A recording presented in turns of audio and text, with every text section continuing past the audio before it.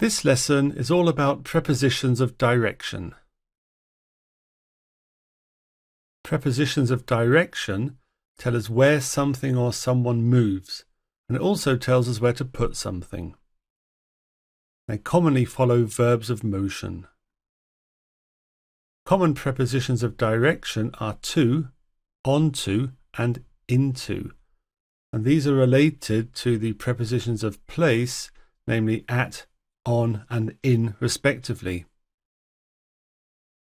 Other prepositions of direction include at, from, over, above, under, along, around, across, through, out of, towards, away from, off, up, and down, and we'll see examples of all of these.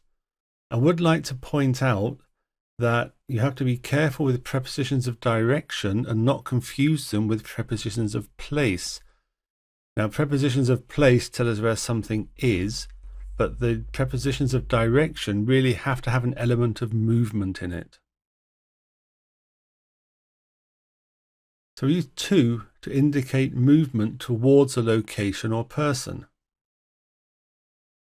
We need to get Bob to the hospital now.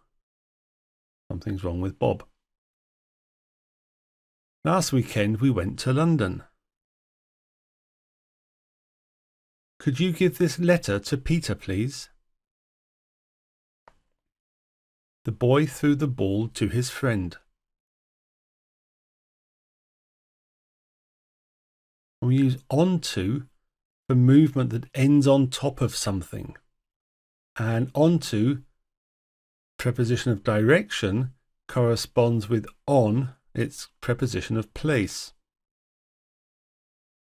So wreckage from the ship washed up onto the shore. Bob moved the coffee table onto the carpet. The builder lowered the roof onto the house. Laura climbed onto the table to reach the lamp. And in all of these cases, there's a sense of movement. And if we swapped onto with on and just stated a position, that would then be a preposition of place. So we just take the last example. Laura climbed onto the table to reach the lamp. So Laura was on the table. We use into for movement that ends up in something. And as previously with onto and on, into corresponds with the preposition of place in.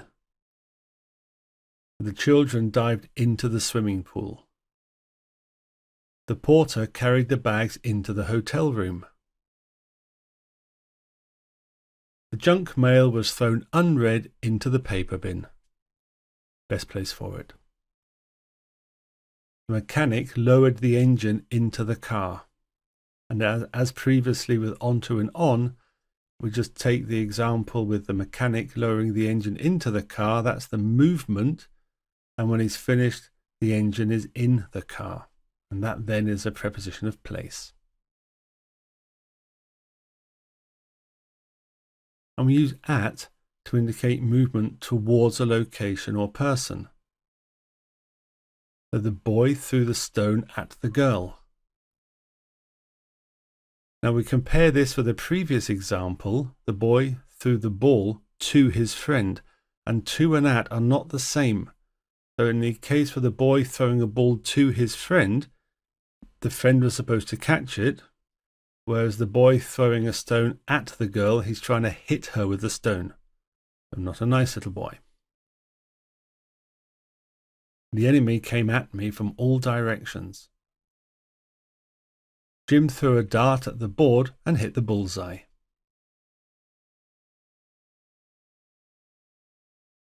And we use from for movement with a specific origin. It's a bit like the opposite of to. It is about 874 miles from Land's End to John O'Groats. And just to explain that, Land's End is the very southern tip of United Kingdom, and John O'Groats in Scotland is the very northern tip of United Kingdom, and Land's End to John O'Groats generally is the longest distance throughout the United Kingdom. My hamster escaped from its cage. Here's a birthday present from me to you. I cycled from home to work today. So we use over for movement that is higher than something and across something. The boy threw the ball over the house. So he's on one side of the house and he throws the ball up across the house, and it lands on the other side. Those birds are flying over the trees. The burglar jumped over the fence and ran away.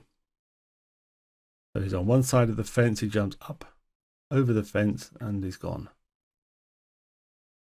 The quick brown fox jumped over the lazy dog. For those who haven't seen this sentence before, this is the shortest sentence in English that has every letter of the alphabet.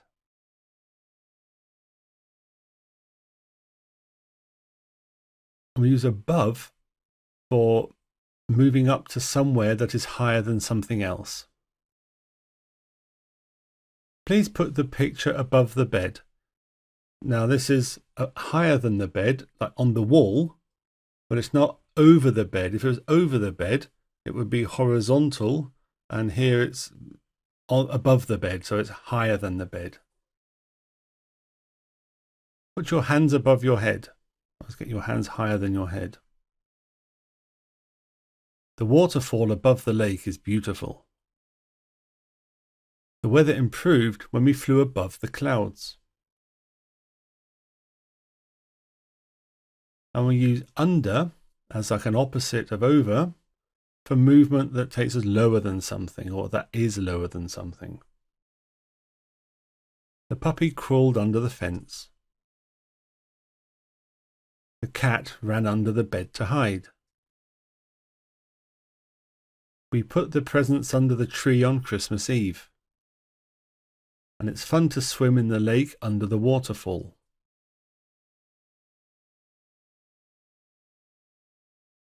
And we use the preposition along for movement along the edge of something or in a straight line. So there is a picturesque path along the river. And picturesque is just another word for beautiful, pretty. The pupil followed the teacher along the corridor. The couple went for a romantic walk along the beach at sunset. The coastal road runs along the beach.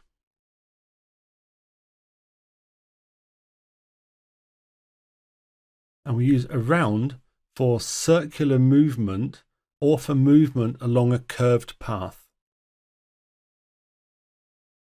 We walked around the church to get more photographs. The road is blocked. We'll have to drive around the obstacle. This door is locked. We'll have to go around and use the other door. As around the house or the building. Shall we go for a walk around the park tomorrow?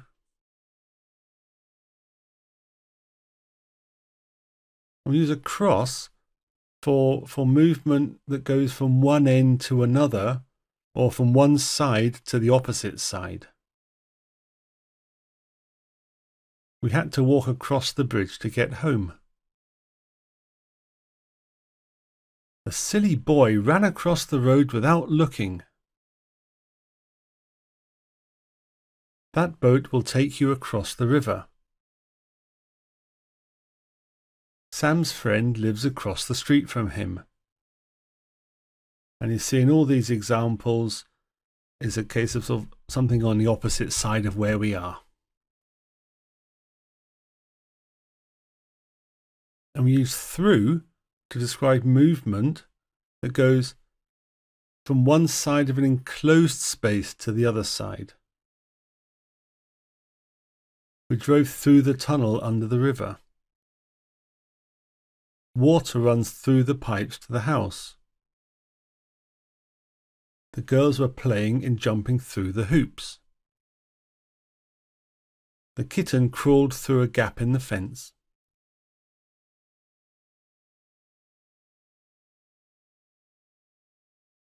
And we use out of for movement that finishes outside of something.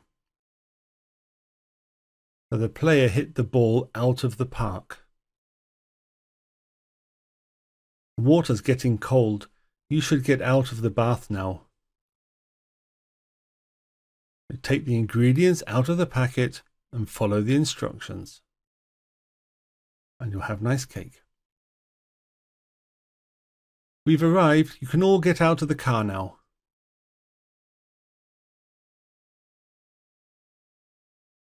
And we use towards for motions or movement that bring us closer to something. We took our bread and walked towards the ducks to feed them. The defender kicked the ball towards the opposition goal. The girl laughed and ran towards her sister. When it started raining, I ran towards the bus shelter. In all these cases, we started off further away from something, and at the end of the movement, we are now closer to that thing we were talking about. And the opposite of towards is away from, which is movement that takes us further away from something. The father told the boys to stay away from his daughter. Cat ran away from the dog. The truant ran away from school, and a truant is someone who should go to school but doesn't. Get away from me. Come back when you've had a bath. Obviously, someone's a bit smelly.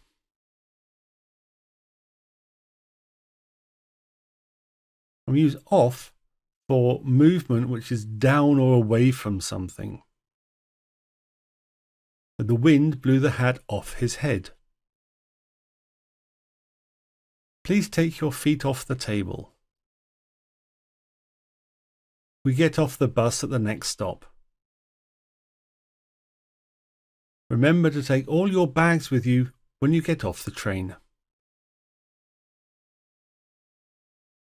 We use up to describe movement that takes us higher than something or to the north.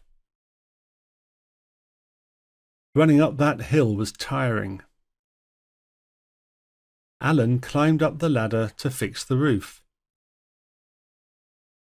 Time for bed. Up the stairs you go. So those three are all examples where you end up going higher than you were before. And this last example, why don't you come up and visit us next week? The people who are asking live further to the north than the people who are visiting. So you would say, come up and visit us. Opposite of up is down, and this describes movement that takes us lower or to the south. The ball rolled down the slope. Riding down a steep hill is great fun. The dog shouldn't be on the sofa. Make it get down. And again, those three are movement that takes us lower than something. And this last one, you want to come down next weekend. This is being asked by someone who lives more to the south than the people they want to visit.